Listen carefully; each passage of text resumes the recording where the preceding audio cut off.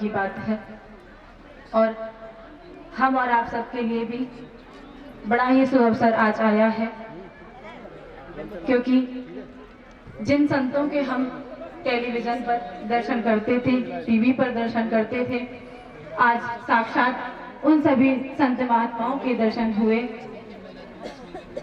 और बंधुओं, आप सबको बहुत बहुत बधाई, हार्दिक अभिनंदन आप सभी का। आप सबका ये आश्रम बनकर तैयार हुआ। श्री गुरुदेव जी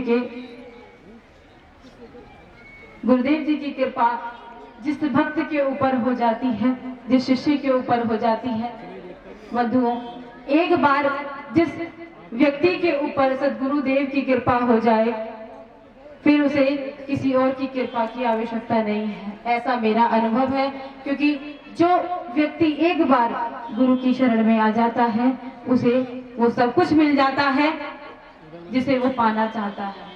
ये मेरा खुद का अनुभव है। यदि मुझे भी मेरे जीवन में गुरुदेव नहीं मिलते तो आज मैं भी आप सबके सामने दो शब्द नहीं बोल रही होती। बंधुओं, मैं अपनी इस टूटी वाणी से क्या आप सबको बोलूं। मैं तो आप सबसे बहुत छोटी हूँ और यहाँ पर सभी संत महात्माएं महापुरुष पधारे, सबने बहुत सुंदर ज्ञान दिया। मैं यहाँ कहने नहीं, सुनने के लिए आई थी। वो तो महाराज जी ने, गुरुदेव का आदेश था, इसीलिए दो शब्द इस टूटी वाणी से।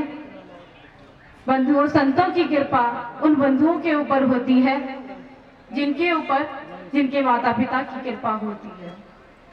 शास्त्रों में वर्णन आता है, मातृदेवो पितृदेवो और आचार्य देवो, यानी सबसे ऊपर दर्जा माता का है। जब तक हमारे ऊपर माता की कृपा नहीं होगी, तब तक हमें महान आत्मा नहीं मिलेगी। और जब हमारी माता की कृपा हमारे ऊपर हो जाएगी, तब हमें महान आत्मा मिल जाएगी, संतों का सानिध्य मिल जाएगा। कई भक्त कहते हैं कि संतों का संग नहीं करना चाहिए। क्यों? मैं तो उन सबको कहूंगी जो इस बात को कहते हैं कि संतों का संग नहीं करना चाहिए। बंधु, जिस व्यक्ति ने संतों का सानिध्य प्राप्त नहीं किया, उसने जीवन में कुछ नहीं किया, क्योंकि संत भगवान का स्वरूप है।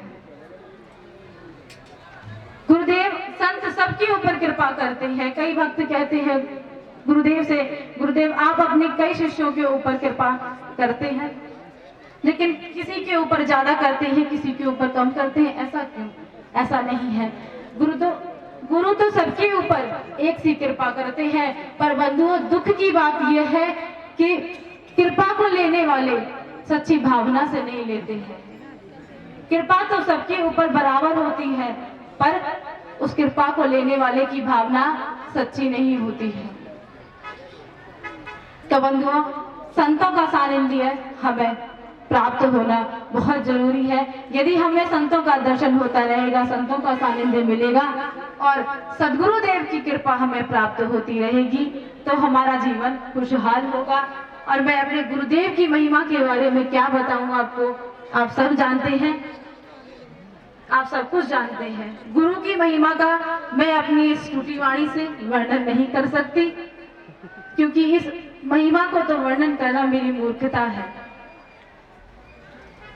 गुरु शब्द ही ऐसा है जो एक बार अपने गुरु का नाम ले ले भव से तर जाता है बंधुओं। इसीलिए गुरु का जीवन में होना बहुत अनिवार्य है।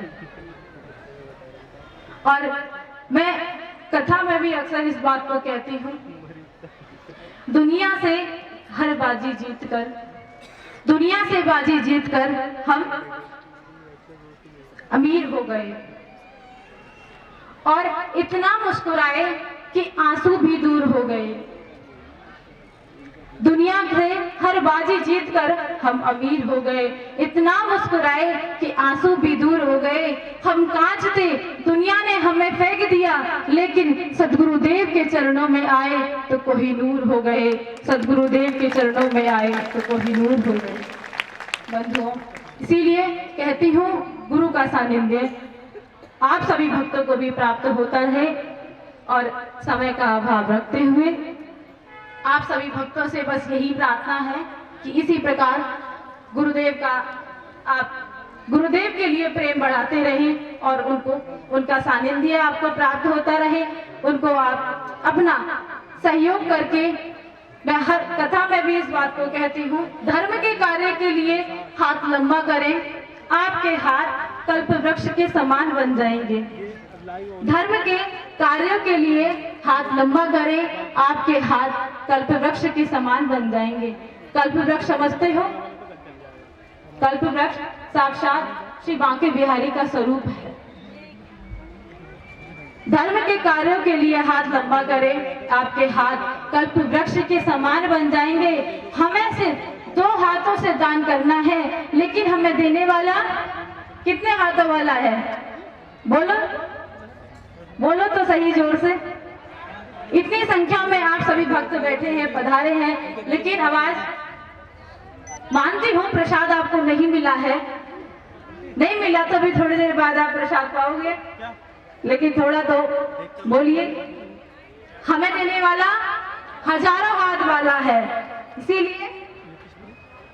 इसीलिए अब मैं अपनी वाणी को विश्राम देते हुए बस आप सबसे यही कि आप सहयोग करते रहें और बंधुओं कुछ जीवन में ऐसा काम करो कि नाम हो जाए। थोड़ा तुम आओ, थोड़ा हम आए, बस थोड़ा थोड़ा काम हो जाए। बोलिए बांके बिहारी लाल की, सद्गुरुदेव भगवान की जय जय। एक बार हो जय जय। आप सभी भक्तों को मेरा प्रणाम, गुरुदेव के चरणों में मेरा प्रणाम।